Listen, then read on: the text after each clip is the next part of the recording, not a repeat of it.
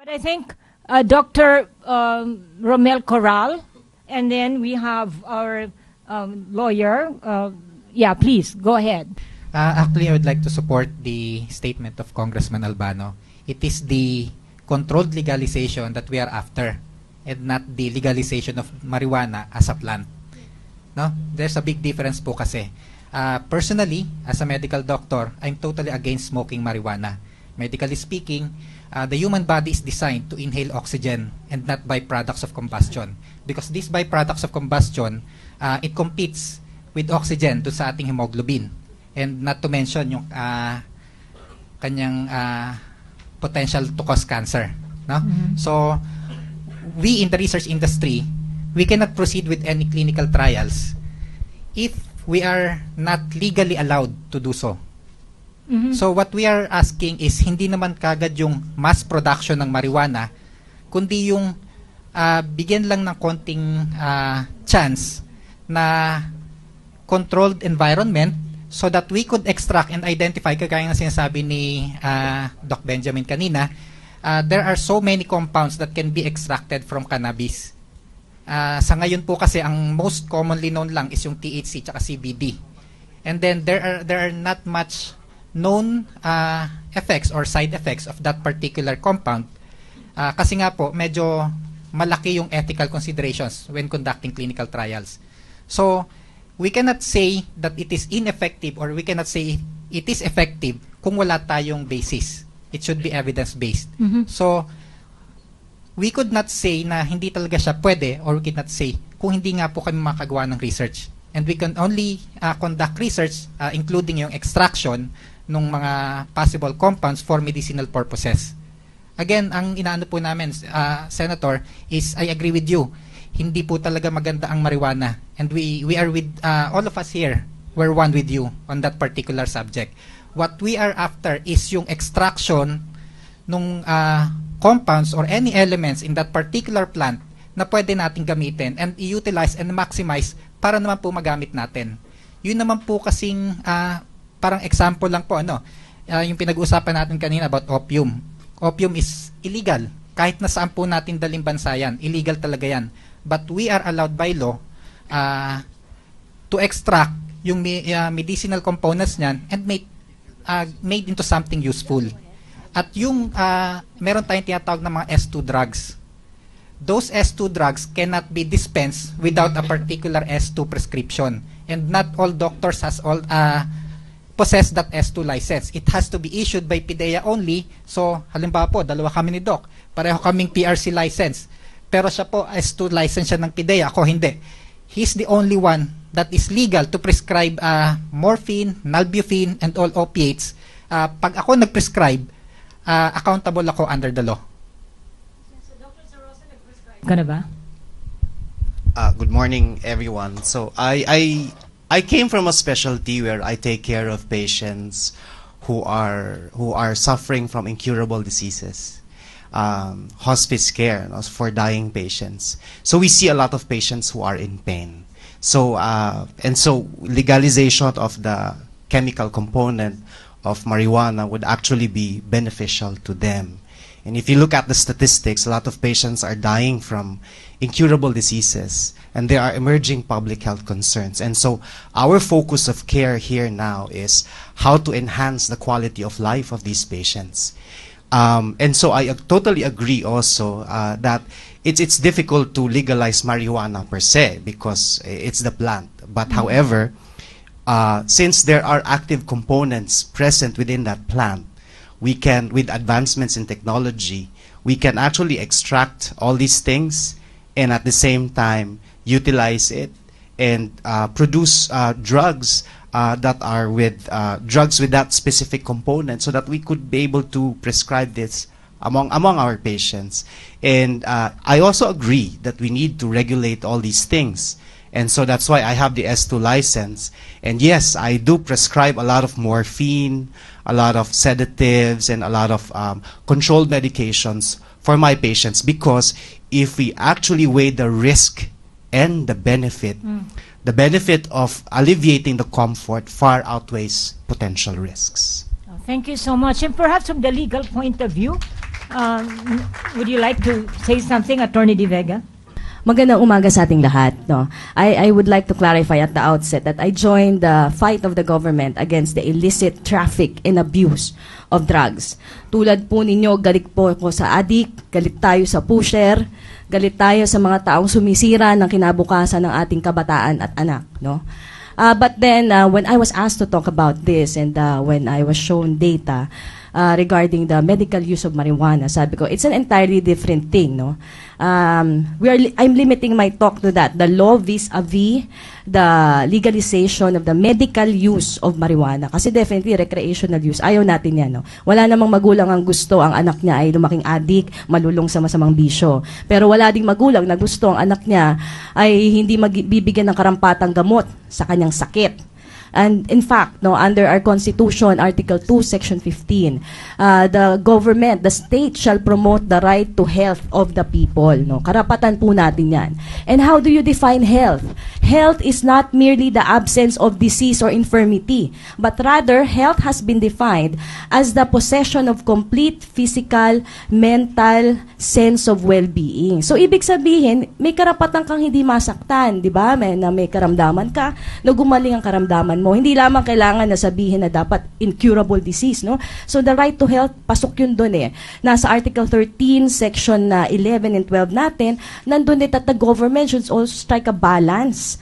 Pati rin yan sa RA 9165, yung Dangerous Drugs Act, ina-acknowledge, alam mo ang ating batas, galit talaga sa mga durugista, no? Pero, kumambyo siya eh. Sabi niya, however, the state shall strike a balance such that people who have legitimate needs should not be prevented, no, from availing of these medicines kahit na dangerous drugs pa siya. So, hindi lang yun, no? Under sa Treaty, Universal Declaration of Human Rights, ang health is considered as a fundamental human right.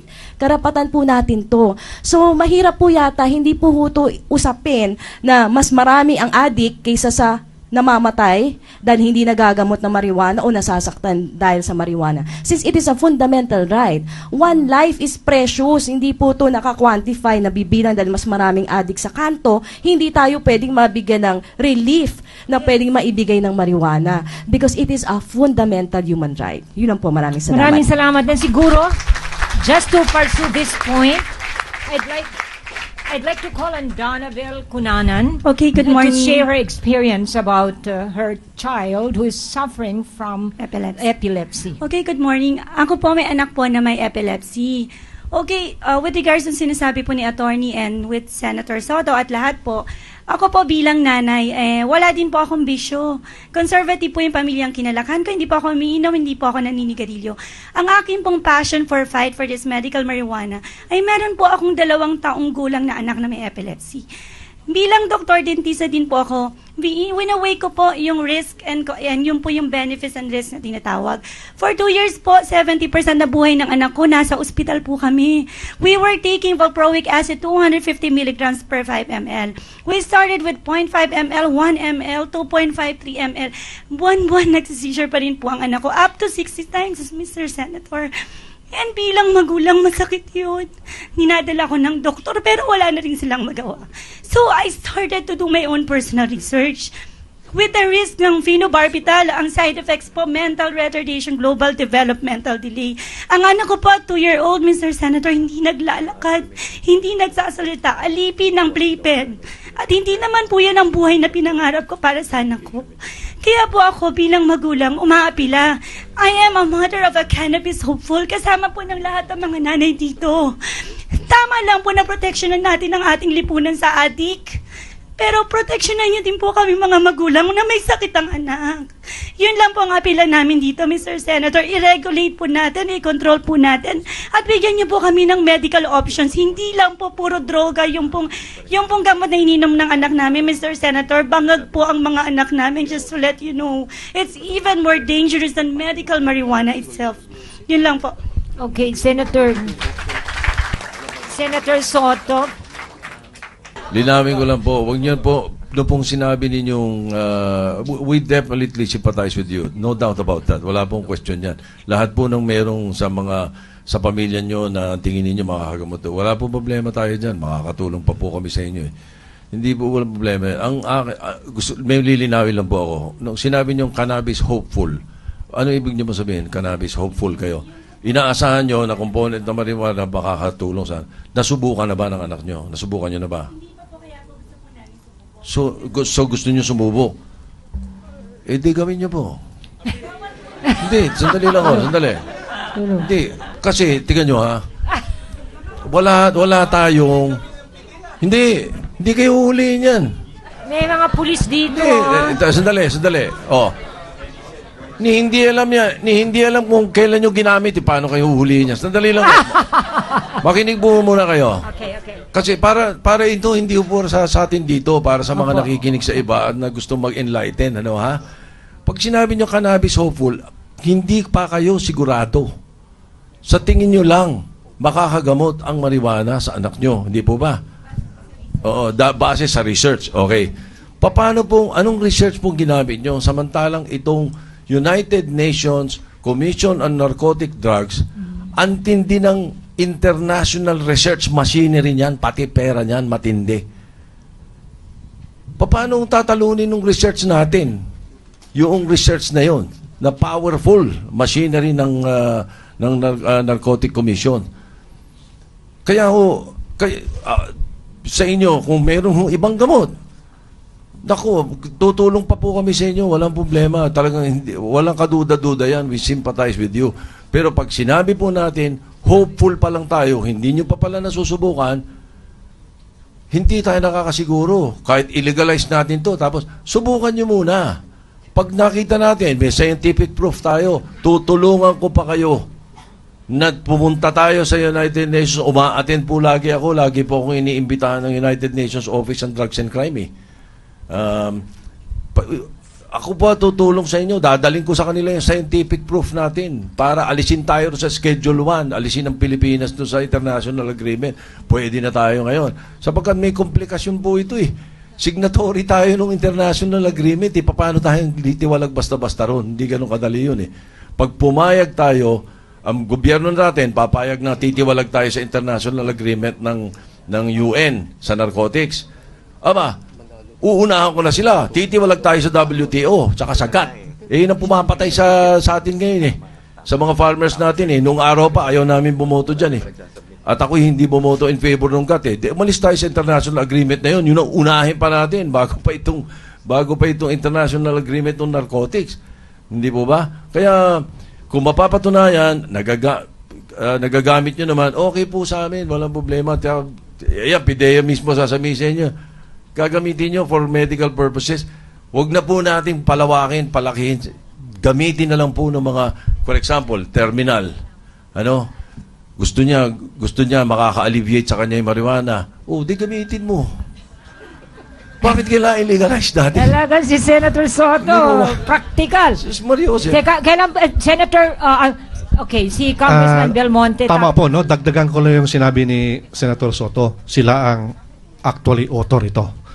Under the Republic Act 9165, allowed ang pag-plant, cultivate ng marijuana kung ang nag-apply is a research for laboratories or medical research purposes.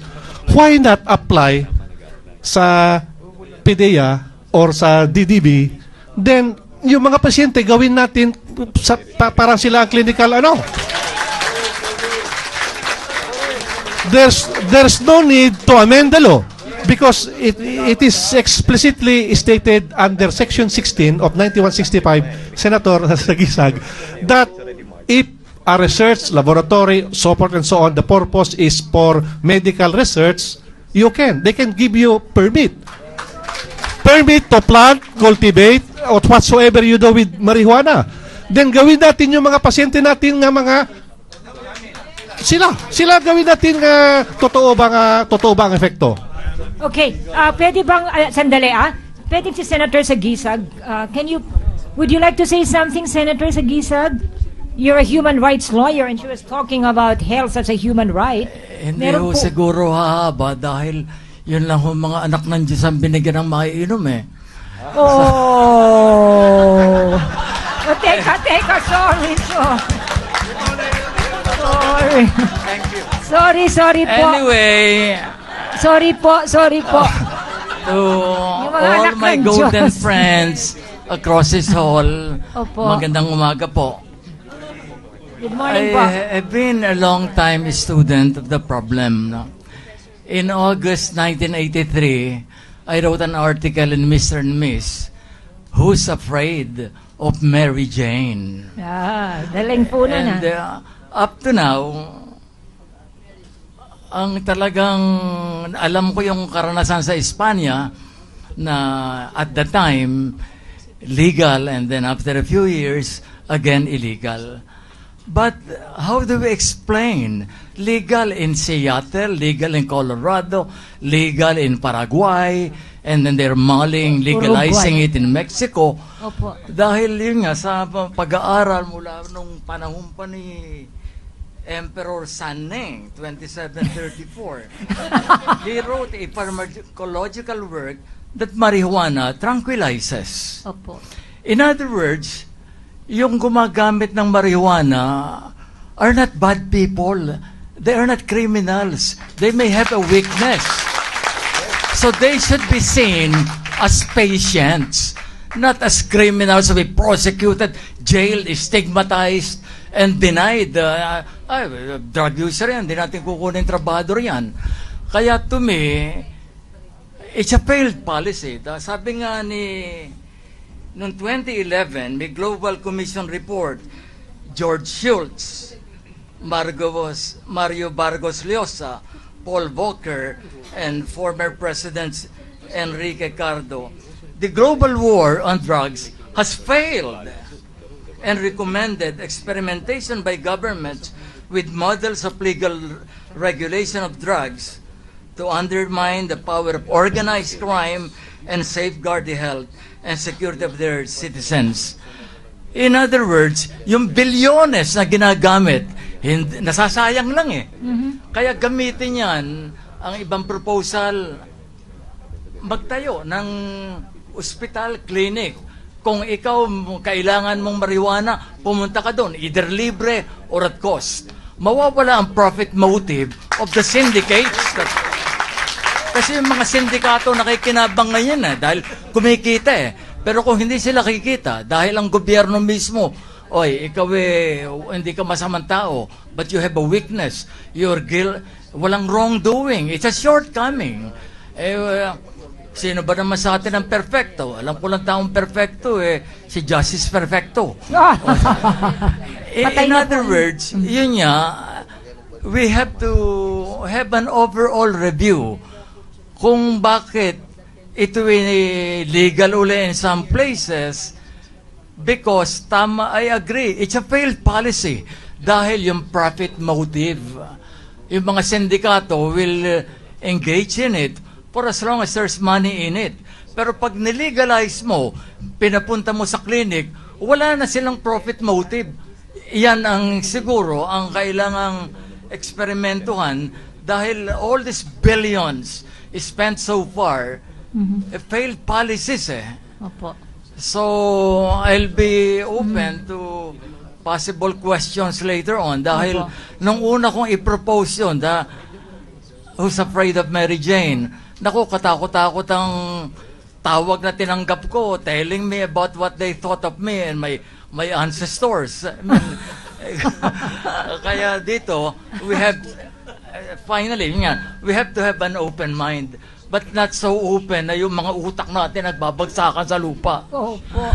Thank you. Senator Sagisag, what a joy to listen to you again, because we know you as the champion of human rights, and now this is a topic that doesn't seem to make you old, no? Nakasakay pa rin po kayo sa modern debate about marijuana. Akala ko nung sinabi sa akin, hirap na kayong pumunta rito. Akala ko hindi na kayo makakababa ng hagdan. Yung pala, you can, and you're so smart and sharp pa din. So we're such a joy. Si Dr. Hartigan Go, who I'm sure has some burning, opinions about this issue. Not exactly. Okay, if you indulge me, the policy kasi is dictated by the good of all and equity for society. And we have to balance, as what Senator Soto said. But it also have to be looked at from the reality of implementation. Now, otherwise, policy, no matter how good it is, useless hindi magamit. Now, let me tell you a little bit about the food and drinks. Food and drugs. Food and drugs are so complicated. Food and Drug Administration. This is a science-based regulatory agency, and we look at 4 things: the quality, efficacy, safety, and the claims, and how it is used. Because it's not just the product, it's how it is going to be used or misused. Let me share with you some of the other things we looked at. The question on this valproic acid earlier, I'd like to have that product tested because the product may actually be substandard and it did not work.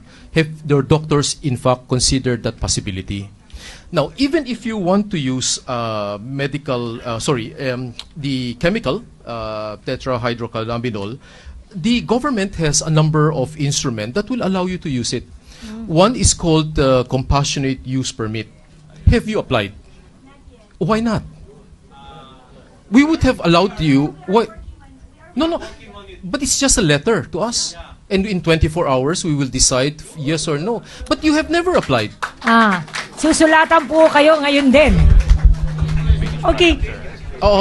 Thank you, Doc. Okay, we actually would like to apply for that, but unfortunately, no doctor would like to give us a prescription for that. That we are actually legitimately allowed to have that. Wala pong doctor. All right. So therefore, you're barking at the wrong tree. So can we no, let me do finish. that? Okay. Let me finish. Teka muna, ako yung moderator. Address me, ha?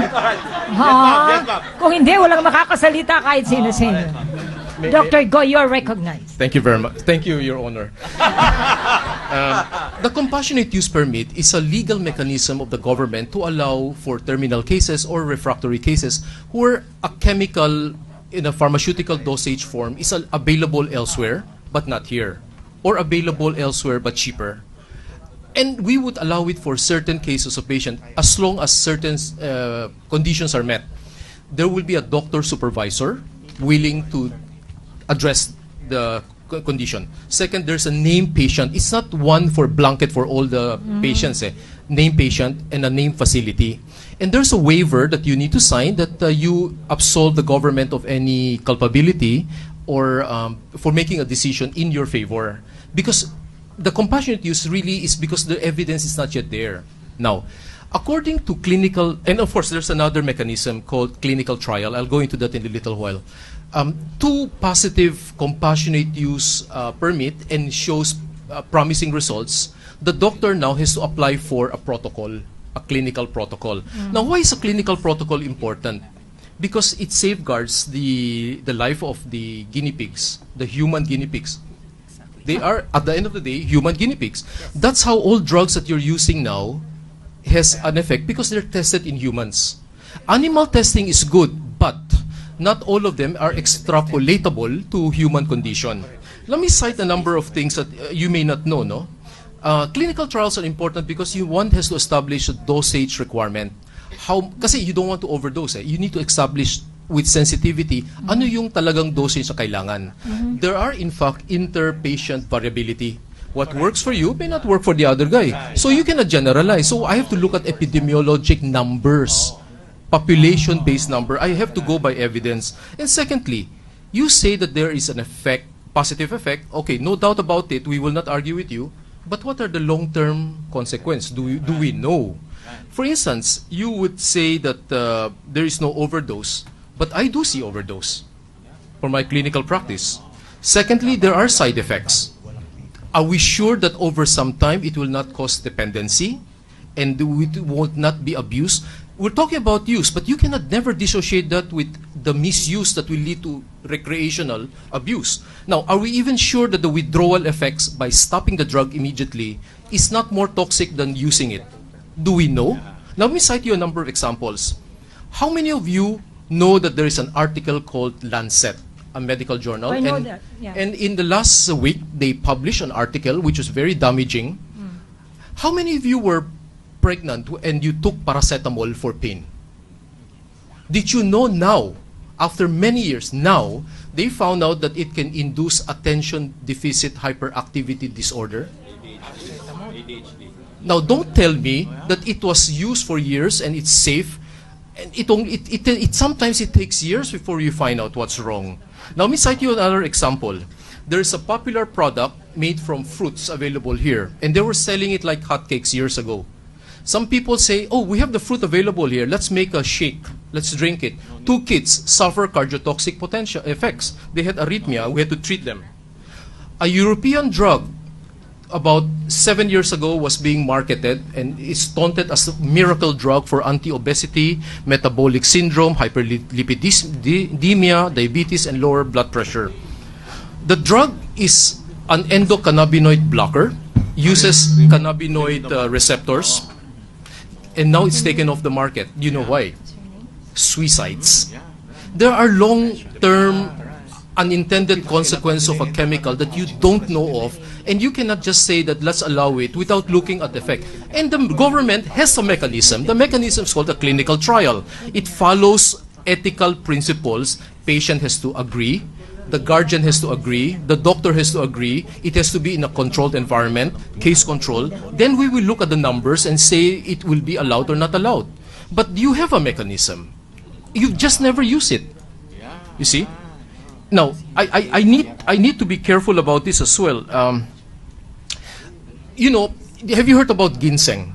Oh, yeah, of course. Ginseng has thousands of chemical components, like what Asek Benji said about herbal plants. They have different... What are we talking about? Which species? Which part of the plant? Is it the leaf? Is it the twigs? Is it the roots? Okay, that has to be specified. Now, where is the location of planting, the source of this plant? Because we found out that even in herbal plants, this can change depending on the location. You're talking about metals, you're talking about minerals, and things can change. And science is not exact, but it's evolving. But as a science-based agency, I have to deal with facts. I cannot deal with emotions and people calling for these things overnight without looking at it. Now, if it's a herbal product, the answer is no way we will allow. But if it is a pharmaceutical dosage form, properly extracted, identifiable through a standard, with consistency, then maybe we will consider that. And therefore, my last note to say is that I think we have to be cognizant of the 3 S. Science, skepticism, so don't be fooled and scammed. Now, when you say updated scientific data, who decide that these are updated, current, valid, and legitimate scientific data? It has to be a consensus of academia, government regulators, as well as the health professionals who will use it.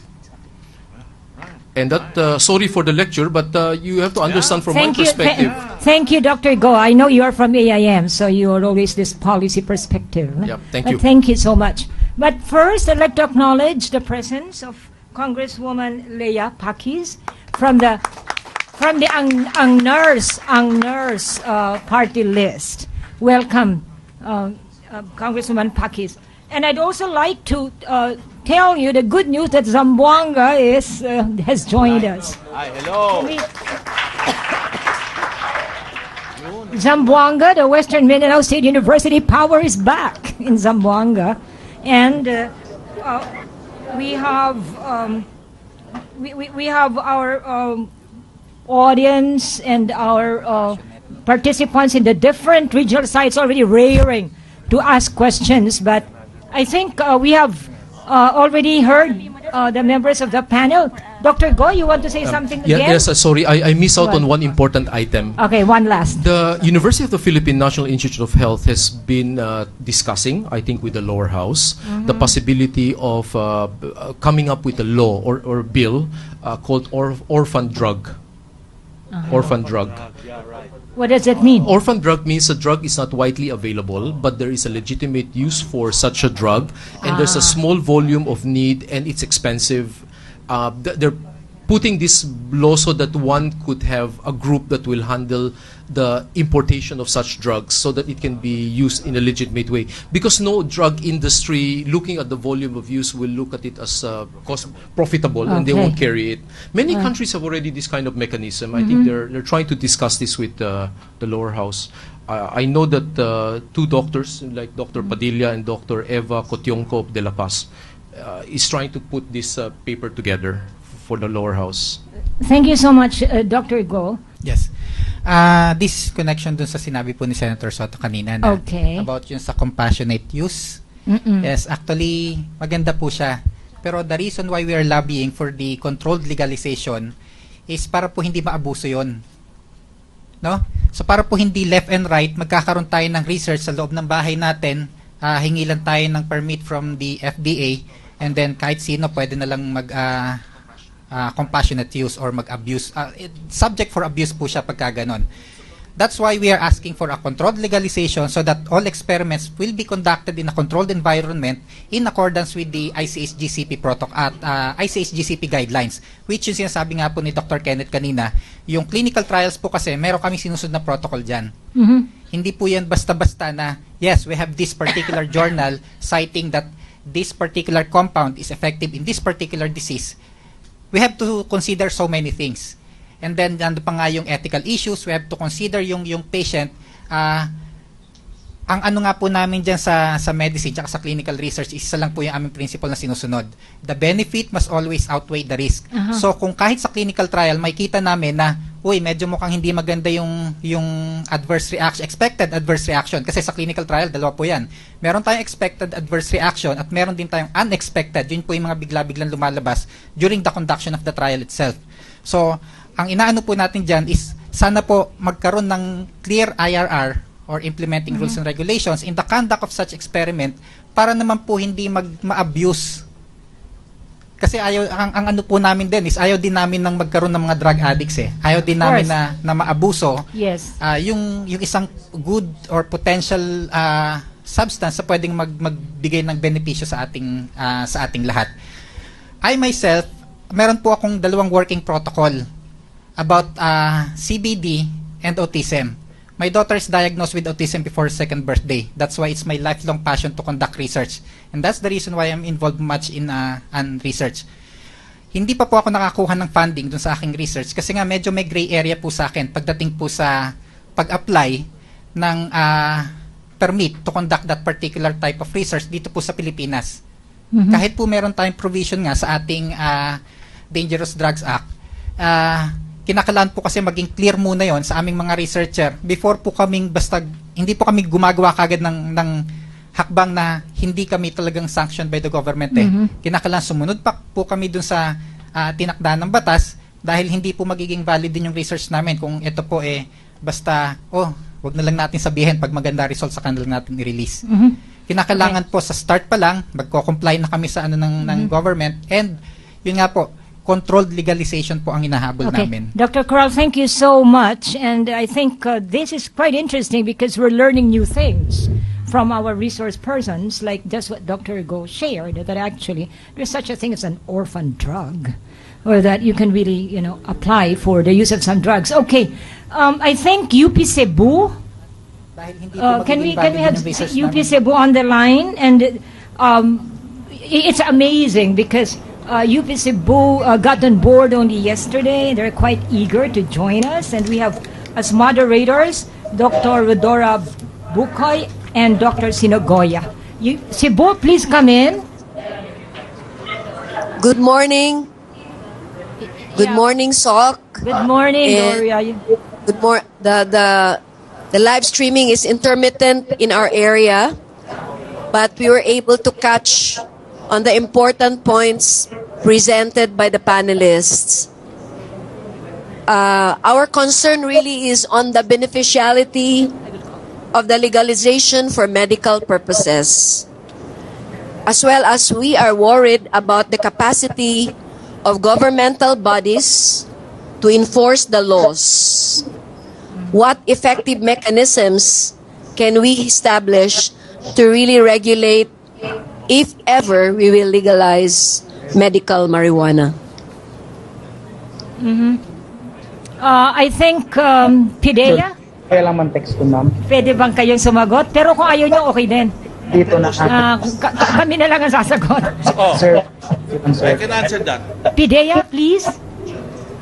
Paano raw kayo mag-enforce? Halimbawa na pumasa, nagkaroon ng batas. Paano daw bang ayaw na rin ng mic sa Pidea? On the side of PDEA, of course, there must be certain safeguards. Paano ba? Depende sa ilalabas na amendment na or laws with regards sa kung may pasa nga yung medical marijuana. Doon naman. And then, siyempre ang kwan dyan, it must not be used in public. And then the age, in the Colorado, and sa Colorado po, 21 years old and above. And hindi pwedeng ipasa. Like for example, you are allowed only 6 plants para kung pagtanim, cultivation, but you cannot hindi mo pwedeng ipasa yung halaman na yun. So dapat magkaroon yun sa safeguards kung just in case. And of course, sa implementation we need budget. Yun nga sinasabi kanina ni Hindi, totoo yan po. Totoo po yan. So yun na nga as of now kasi yun din ang problema nga namin because yun nga sa budget din dahil we have also lobbying for a certain amendments but hindi rin naipasa. But ito kung just in case kasi in our experience yung sa marijuana eradication namin, we don't have any plane, we don't have a helicopter. Wala kayong eroplano. Yeah, yun nga po. Yun ang sa reality nga po ang sinasabi po natin. So, yung 3 helicopter ng PNP, isa na lang natira po dahil sa yung during the time na nanggamit namin, nasira pa yung isa. Bumaksak. Yeah. So, yan po ang yun ang po ang kuwan natin dahil That's true. sa ngayon po dahil sa yun pa na illegal pa yung marijuana, but kung magkaroon na ng law na making it legal,